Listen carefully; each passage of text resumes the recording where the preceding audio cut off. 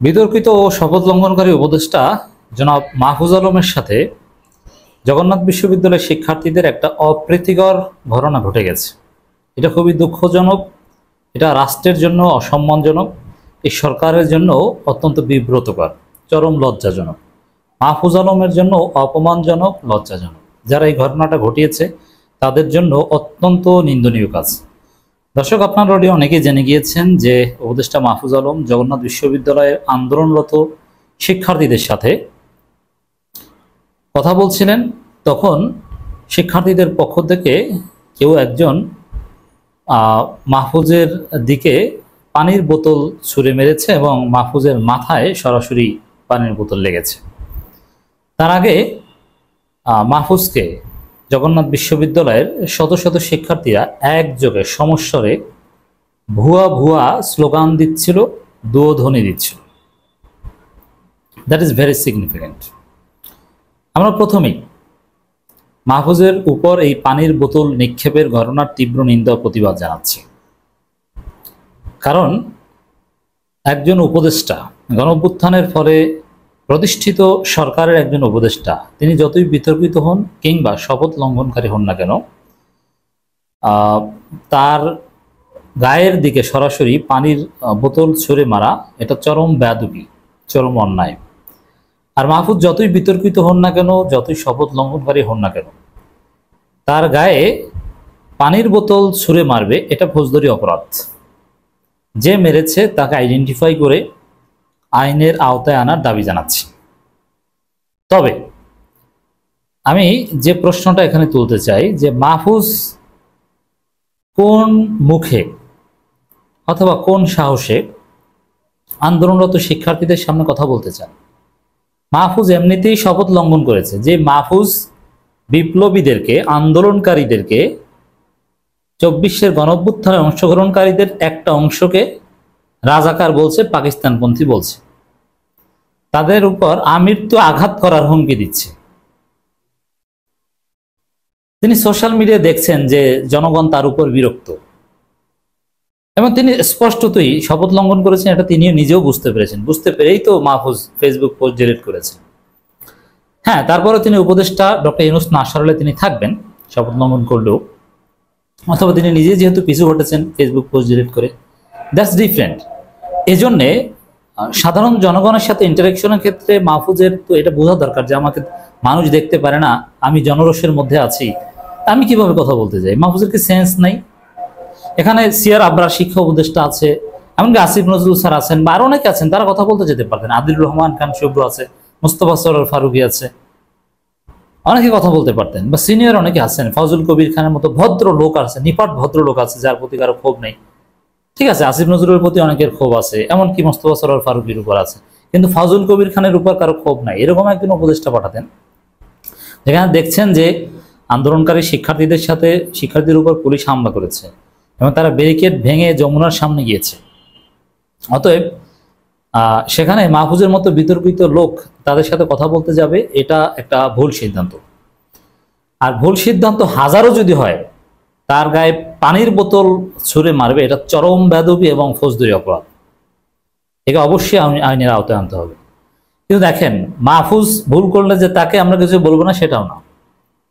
এখানে পানির বোতল ছুঁড়ে মেরেছে হয়তো যে কোনো একজনে, যেই মারুক আমরা নিন্দা জানাই এবং তাকে আইনের আওতায় আনার দাবি জানাই।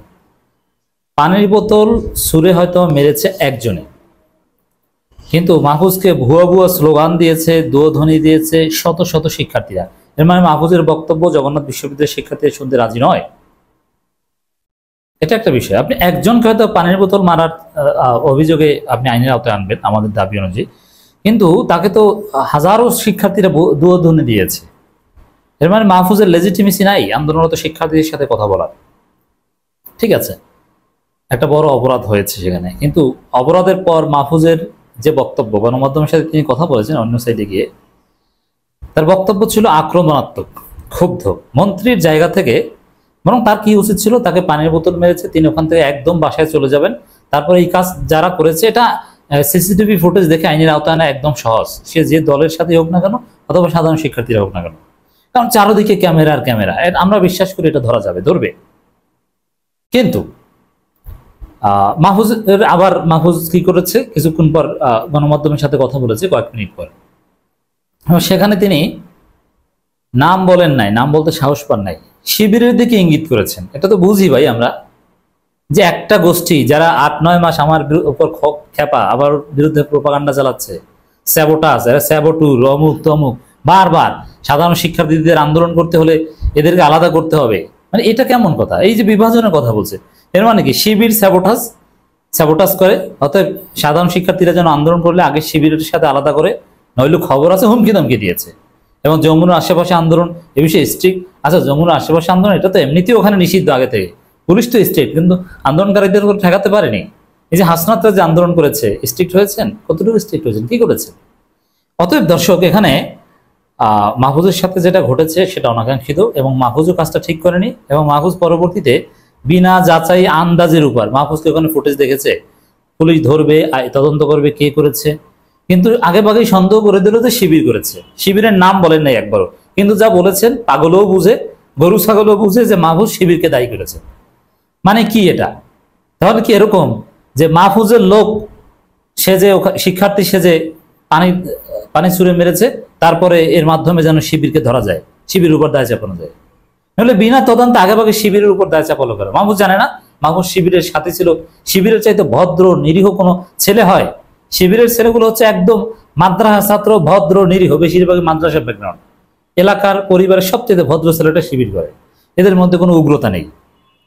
তো বিনা তদন্তে, হ্যাঁ একদম নাই সেটা বলবো না, শিবিরের মধ্যে অপরাধী থাকতে পারে, বিচ্যুত, যেমন মাহফুজ নিজেই তো একসময় শিবির করতেন। তা মাহফুজের মতো একজন হুমকিদাতা, একজন আমৃত্যু আঘাত করার হুমকিদাতা একজন লোক শিবির যদি তৈরি করতে পারে, তাহলে শিবিরে এরকম মাহফুজ আছে, আরো নাসিরুদ্দিন পাটোয়ারি, এরকম অনেক সাবেক শিবির থাকতে পারে।